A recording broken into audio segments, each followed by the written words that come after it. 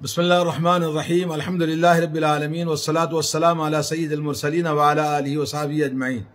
اللہ رب العالمین نے ہر انسان کو عمر دیا ہے، لیکن عمر کے ساتھ میں اگر کسی کی عمر بڑی ہو اور اس کے ساتھ میں اس کو رمضان مبارک مل جائے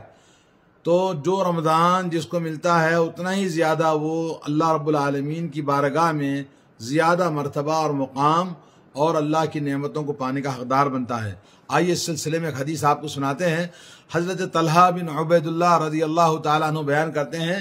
کہ رسول اللہ صلی اللہ علیہ وسلم کی خدمت میں دو آدمی ہجرت کر کے آئے، قبیلے لئی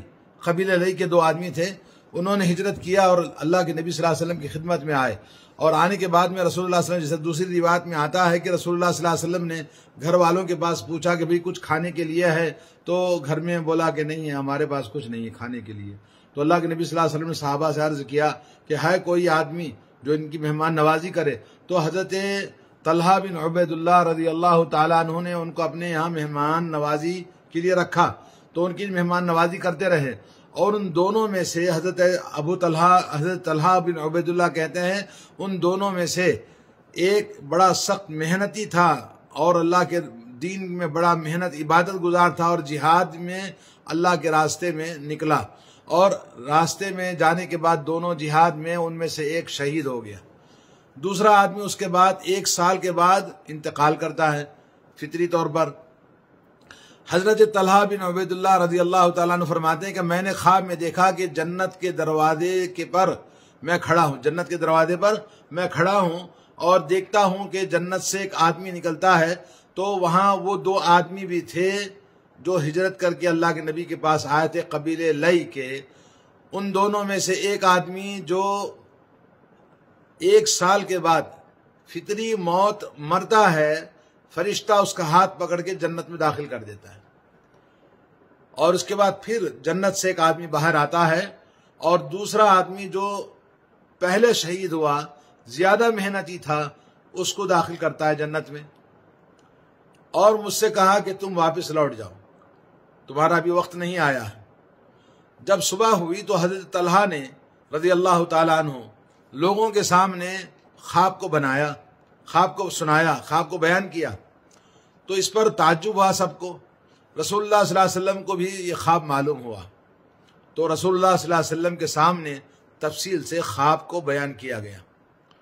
تو نبی علیہ الصلوۃ والسلام نے فرمایا، کیا تمہیں اس بات پر تعجب ہے جو یہ واقعہ ہے، تم اس پر تعجب کرتے ہو؟ صحابہ کرام نے کہا جی ہاں اے اللہ کے رسول صلی اللہ علیہ وسلم، دونوں میں سے ایک شخص زیادہ محنت کرنے والا تھا اور اللہ کے راستے میں شہید ہو گیا، مگر وہ جنت میں بعد میں داخل ہوتا ہے، اور دوسرا جنت میں اس سے پہلے چلا جاتا ہے جو فطری موت مرتا ہے۔ تو رسول اللہ صلی اللہ علیہ وسلم نے فرمایا، کیا دوسرا یعنی جو فطری موت مرتا ہے، کیا اس نے رمضان کو پایا؟ تو صحابہ نے کہا جی ہاں، اس نے رمضان کا مہینہ پایا اور اس میں روزے رکھے، اور سال بھر جو 1 سال کے بعد مرا تھا، تو 1 سال میں اتنی رکعتیں نماز پڑھی اس نے۔ انہوں نے کہا جی ہاں۔ رسول اللہ صلی اللہ علیہ وسلم نے فرمایا، ان دونوں کے درجات میں آسمان و زمین کے درمیانی فاصلے سے بھی زیادہ فرق ہے،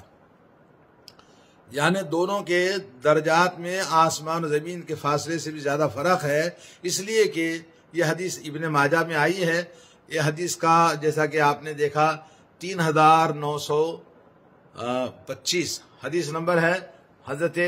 ابو طلحہ کی حدیث۔ دوسری بہت ساری کتابوں کے اندر، مسند احمد میں اور مختلف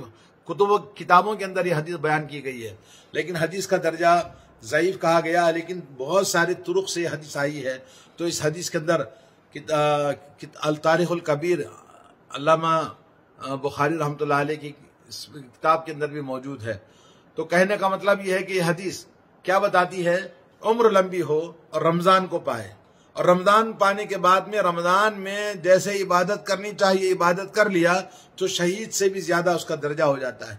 تو اللہ کے نبی صلی اللہ علیہ وسلم کی حدیث خواب ہے، مگر کبھی کبھی خواب جو ہے حقیقت پر مبنی ہوتا ہے۔ اس حدیث میں بعض اوقات خواب سے وہی کچھ مراد ہوتا ہے جو خواب میں نظر آیا، جیسے اس فوت شدہ صحابی نے حقیقت پر اس خواب کو دیکھا تو فوت شدہ جو دونوں کا واقعہ حقیقت پر محمول کیا اور اس کی تعبیر کچھ اور نہیں سمجھی، بلکہ نبی علیہ الصلوۃ والسلام نے بھی ان کے اس فہم کی تائید فرمائی اور آپ اللہ کے نبی صلی اللہ علیہ وسلم نے اس کی تصدیق کی۔ نمبر 2 یہ کہ مومن کے لیے لمبی زندگی اللہ کی رحمت ہے، تو اللہ تبارک و تعالیٰ نے جس کو لمبی زندگی دیا ہے، یہ موقع ہے رمضان مبارک کا کہ جبکہ نیکیوں کی توفیق حاصل ہو اور وہ عبادت کرے، عبادت والی راتیں بنائے۔ رمضان مبارک کی جو راتیں ہیں یہ بہت ہی اہم عبادتیں ہیں، دن بھر روزہ